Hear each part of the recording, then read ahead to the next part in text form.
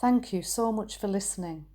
If you'd like to offer Dharma, then please do go to justthiszen.org/giving.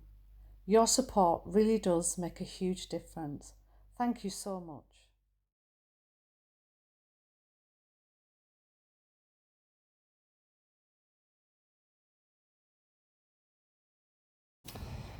Well, I've done a number of talks over the last year, and they've all been in online zendos. It feels really, real privilege and really wonderful and appropriate to be speaking to you in person.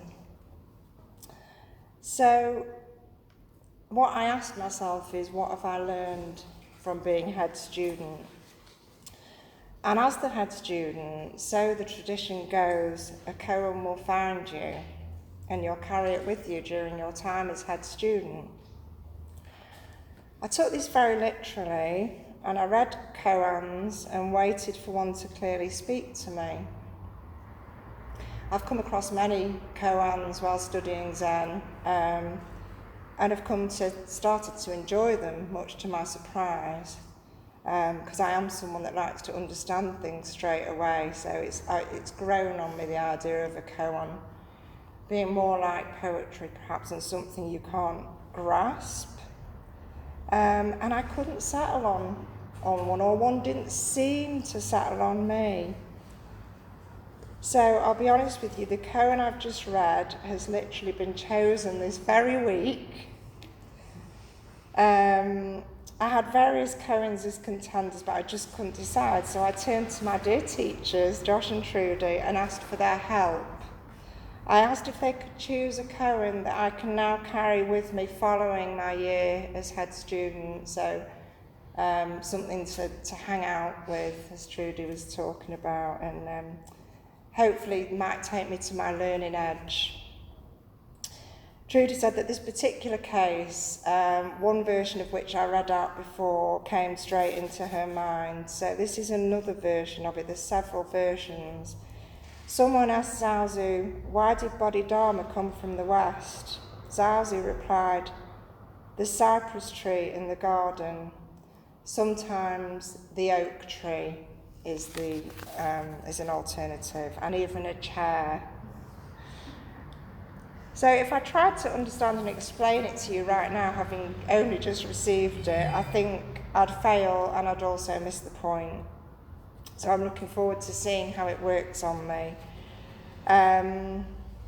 But I already see ways in which it connects to words I'd already written. Firstly, the cypress tree is not about me, and it's not about you. The cypress tree is simply itself, without any sense of self, in the midst of everything else. Catherine Thanis says, when we're most completely ourselves, we're most completely free of ourselves. This has been my experience in the last year.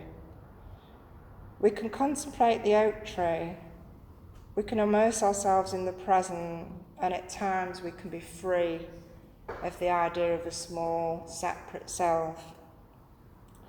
So just to explain, or try to explain a little bit about the question, why did Bodhidharma come from the West?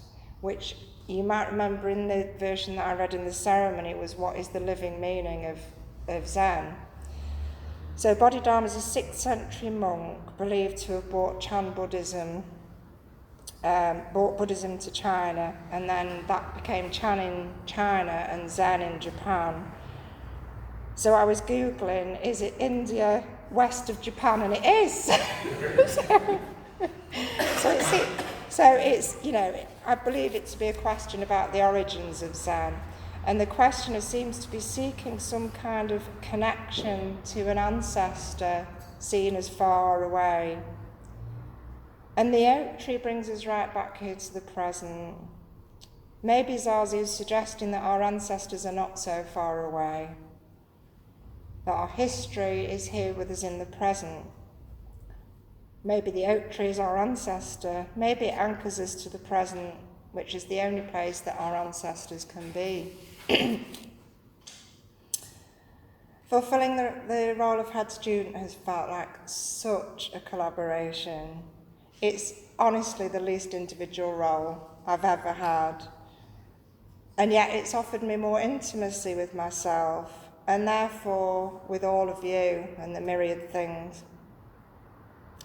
It's kind of hard to express without sounding sort of mystical or grandiose, but it feels like my connection to all beings through you has deepened. It's felt like such a shared experience. It's by its very nature co-created. The role wouldn't even exist if it wasn't for our ancestors, Dharma, Zazu, Joshu, Ginny, lots of other people. Centuries of dedicated practitioners, and now, right here in the present, every one of you. I've been reflecting a little more on this teaching of the cypress tree being completely itself, but having no idea of self. Just in these last few days, I wondered again why I'd not been able to choose a koan. There's loads of koans in the hidden lamp that I love. Being a staunch feminist and liking to be slightly outrageous, the temptation was to choose one that fitted with that idea of my identity. But something about that as a reason just didn't feel right. And now I see that's why I asked Josh and Trudy. I wanted to get myself out of the way. And yet conversely, when one does a talk, it often includes a lot about your own experience. Well, mine do. But I think whenever any of us share our reflections as a Sangha, there's something about sharing our own experience that connects and reassures us, and it's the universal within the particular. So it is about us and it's not about us. The realisation I had that made me accept the role, that it's not an elevated or an individual role, but something embodied by one person at a time within the community. And that realisation's deepened through the year. When I think about the experience of offering the zazen evenings, it feels like something I participated in rather than something I led. People's participation and level of engagement touched me deeply. And after each session, Jill sent me a voice note a few days later with her response and reflections on my talk, which added to the sense of a collaboration. It was like a shared conversation. I realised that exchanging ideas and feelings, acknowledging connection and love, and shared experiences has always been a passion of mine. So what I want to share with you most as a result of my experience is follow your yearnings, follow what you love, or to put it another way, let the beauty you love be what you do. We can all have times where we feel we're not enough or that we don't give enough. I quite often have this feeling. Recently, while listening to a Domio Burke talk, these words met that doubt in a way that really helped remind me that we all have our unique way of offering. She says, one person may think of living a moral life with a maximum of benefit and a minimum of harm to others. Another may think of rich, meaningful, intimate, brave relationships with family and friends, or acting with generosity towards all beings. Another may think of developing a deep understanding of the universe and human life, and then creating the things that reflect their understanding of the beauty and order they've discovered. What is common to all of these is a liberation of human potential from the bondage of misunderstanding, longing, and fear. And when I heard the term intimate, brave relationships, I was so happy. I wanted to jump up and down because I felt seen. And I felt that that's what I aspire to, intimate, brave relationships, and where I feel my strength is. And you will have your own. You'll know it because it will be how your practice expresses itself through you. Maybe we think it has to be onerous to be a bodhisattva. Maybe we sometimes think that if we're not martyring ourselves, then it's not good enough. I know deep in my heart that's not true. That comes from our not good enough place. This role has given me the gift of the experience that the benefit of all beings and the benefit to myself are aligned. They're the same thing. Earlier I said that this role is the least individual role I've ever inhabited, and yet it supported me to offer myself in the only way I know how, in my own unique style, which is all any of us can do. Be yourself, everyone else is taken, never felt more true. What does that mean, be yourself? How do you do that? I guess you don't do it, just like you don't do zazen. We're created by the world and everything in it. Judy, the head student, is created by all of you, and Jan, the head student, will be created by all of you.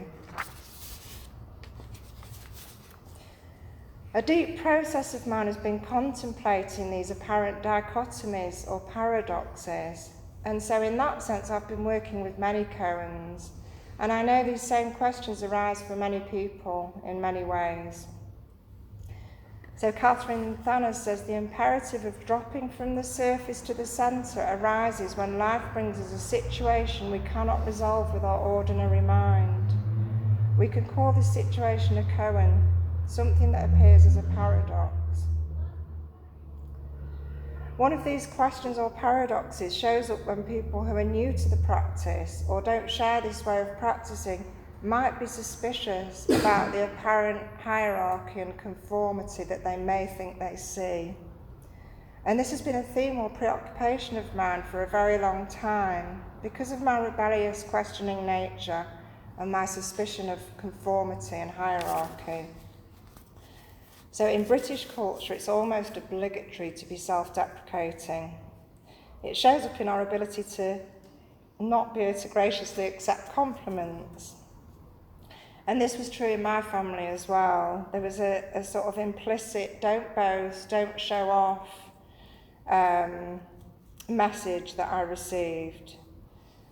And there's also a lot of suspicion around hierarchy, and this has probably been the biggest theme of my writing and thinking since becoming a Zen practitioner. I've spoken before of how intrigued I was by a community that appeared hierarchical, but in which I found freedom in the authority of the teachings and the structure and forms that Zen offered.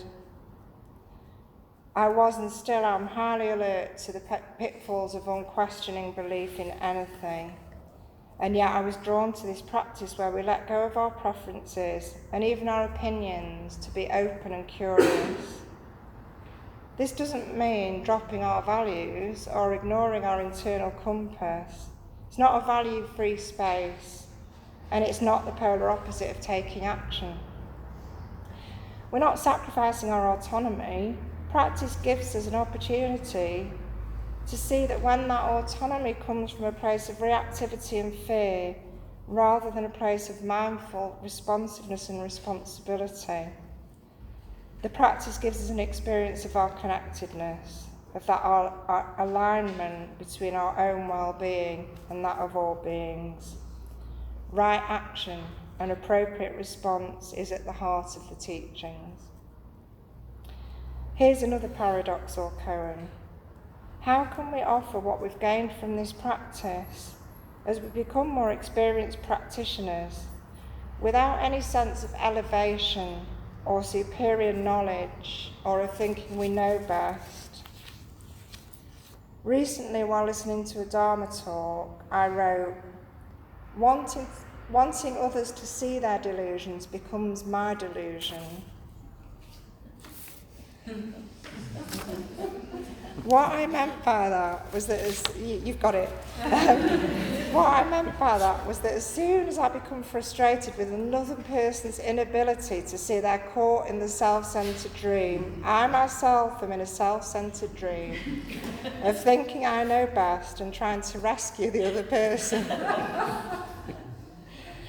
So, a remedy which I try as much as possible to remind myself of is to mind my business and see through some of my own delusions. To take responsibility for ourselves and our own actions.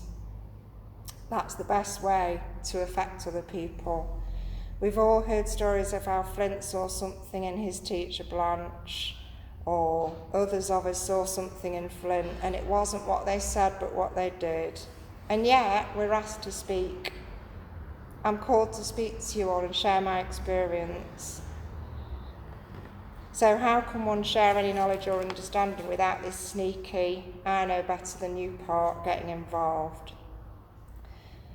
By understanding that the role is not about me, it's about the practice and the Dharma, and yet it comes through me, Judy, as an individual. When I accepted this role, I did it because I'd realised it was not an elevation but an opportunity to serve. However, in this role, one does get wonderful positive feedback and validation, which is lovely and can sometimes feel a little uncomfortable. And for me, as for many others, I'm sure, the discomfort comes from thinking, who the hell do you think you are?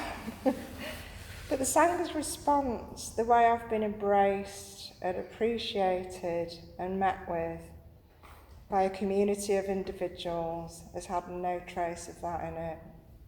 And I have to trust that.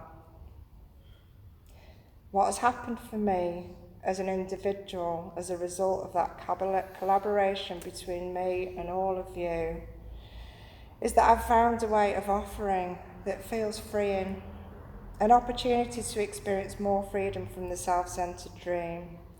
To repeat Catherine Thanis again, when we're most completely ourselves, we're most completely free of ourselves. I want to thank Jo, my lovely Benji, my Dharma sister, for her warmth and generous spiritual friendship. And I hope that what you take with you is the opportunity, with the support of this particular Sangha, right here, right now, to be as completely you as possible. And to say yes when another fucking opportunity for growth comes your way.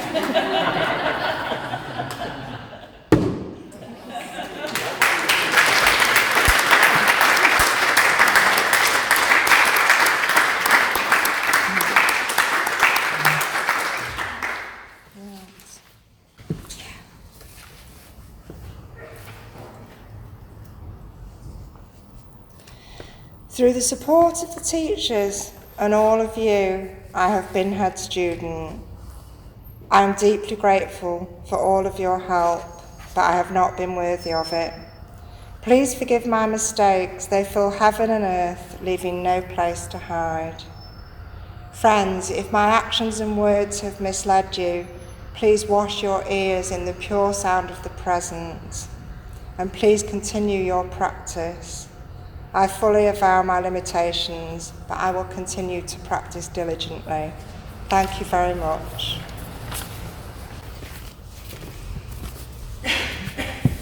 Wow.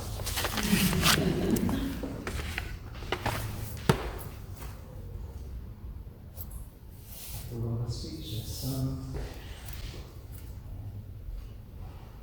It's been wonderful to sit with you this week. And just something about your presence which is so assured and supportive and inspiring, even when you don't say anything. And that's been the case throughout this year. And there's one occasion when you came to Nothing Missing to offer a Dharma talk. And at the end, I said to myself, if you want to see the development of a student over many years and what is possible, just watch that talk, because it was astounding, and I continue to be appreciative and astounding all the ways in which we all blossom, and you're blossoming through the many challenges you described there has been so astounding. So we're so grateful to you as a community for holding us for a whole year and supporting Trudy and I as teachers, and really creating and taking further development of this community. It's been absolutely wonderful. It's now your opportunity to offer words to Judy for her counselling student. So we have, if you'd like to offer something, please do just stand up, and we look forward to hearing from you.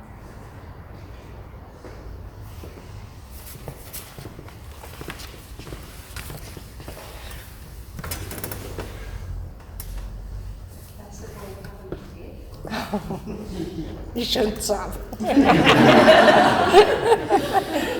Thank you. Thank you. Thank you, Judy. I really feel inspired. I think what you have done this year has inspired me, that I could maybe I can have a go at it.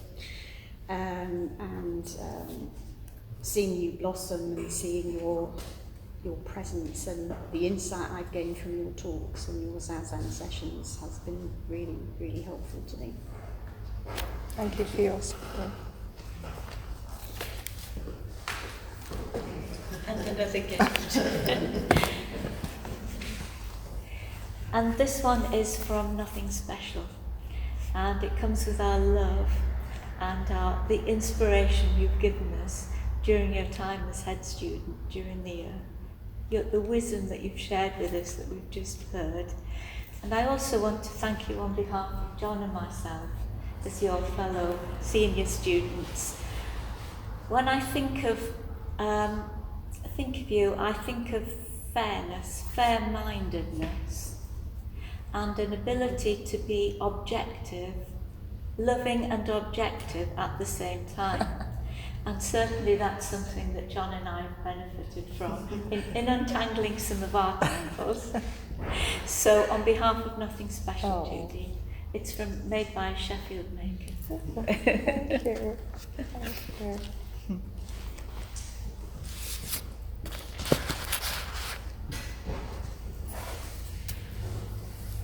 I'd like to add to what Catherine has said, and just how much I have appreciated over the years and appreciated during your year as a student, just your wonderful, or being your wonderful self fully, and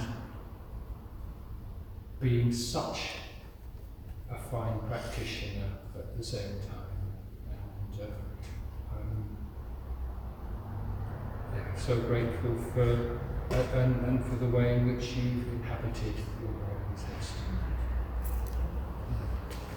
Strong.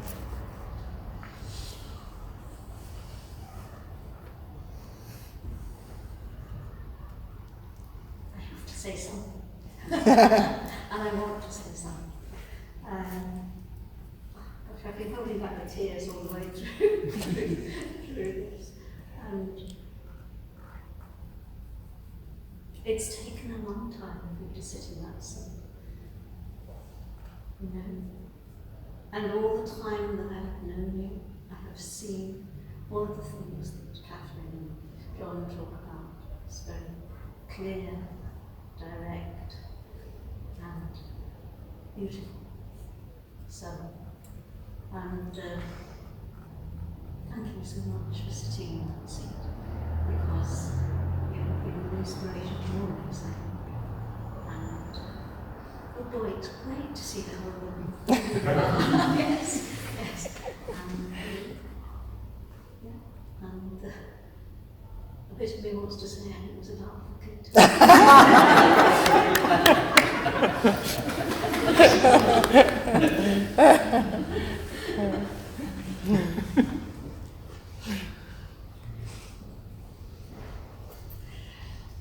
What they've all said, especially that last bit. Yes, thank you so much, Judy, all those years ago for inviting me along. Come along, see what it's like. You might hang around for a bit. But what I've so valued about you being head student is your willingness to be with all of your identities and now hold them so lightly.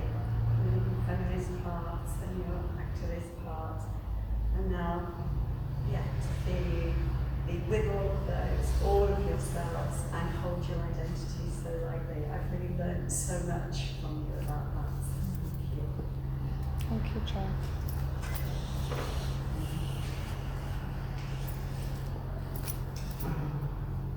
I want to thank you for sticking so much to yourself.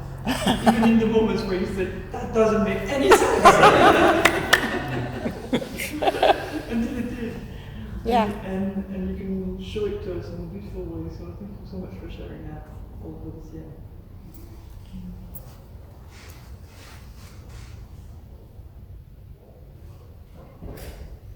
Judy, I'd like to thank you for all the work you put into doing talks for us and the selection of teachings that you've brought through to Nothing Special.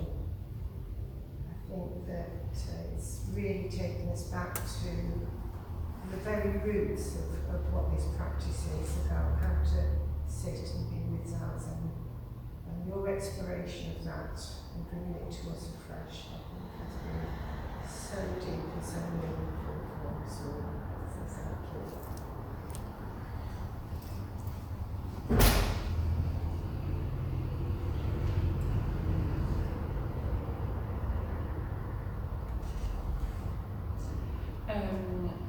Yeah, like lots of other people said, thank you so much for your practice. I find your authenticity in your practice really inspiring, always, and it's been really helpful to have your practice more visible for us all this year. So we've got to see that more clearly.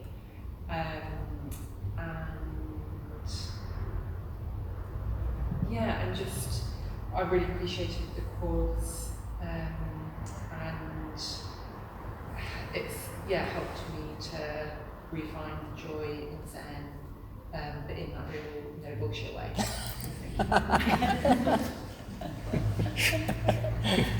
I want to thank you, Judy, for all the things everyone's already said, but also just for your approachability. And that has just meant so much to me in so many different ways. Your sort of openness about your own practice, but also your warmth, and so all of that. So thank you very much. Thank you.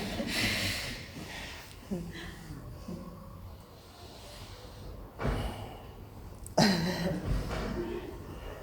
think you're visibly being with your reluctance, not overriding it, but staying with it and allowing yourself to emerge is such an inspiration. It's such an embodied example of practice that you've made visible to us all. And that thing you were talking about letting go of the self is being yourself. Yeah. You're just a beautiful example. Thank you.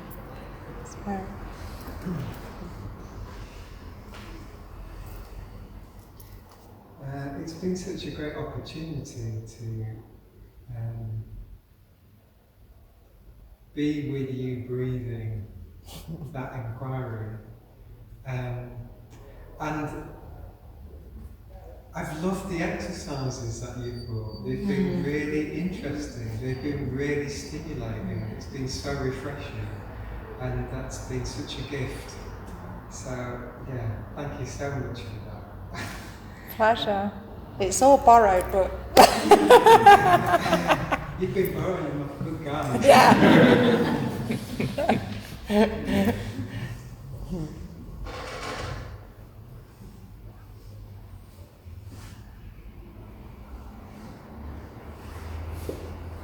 think I'd, all of that. And I was thinking that if you ever did take Jukai, we'd have to find a very nice way to say your name is no bullshit.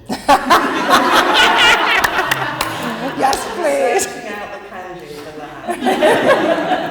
Should we ever do something? But I think every sang at least one, Judy. We are so lucky to have this one.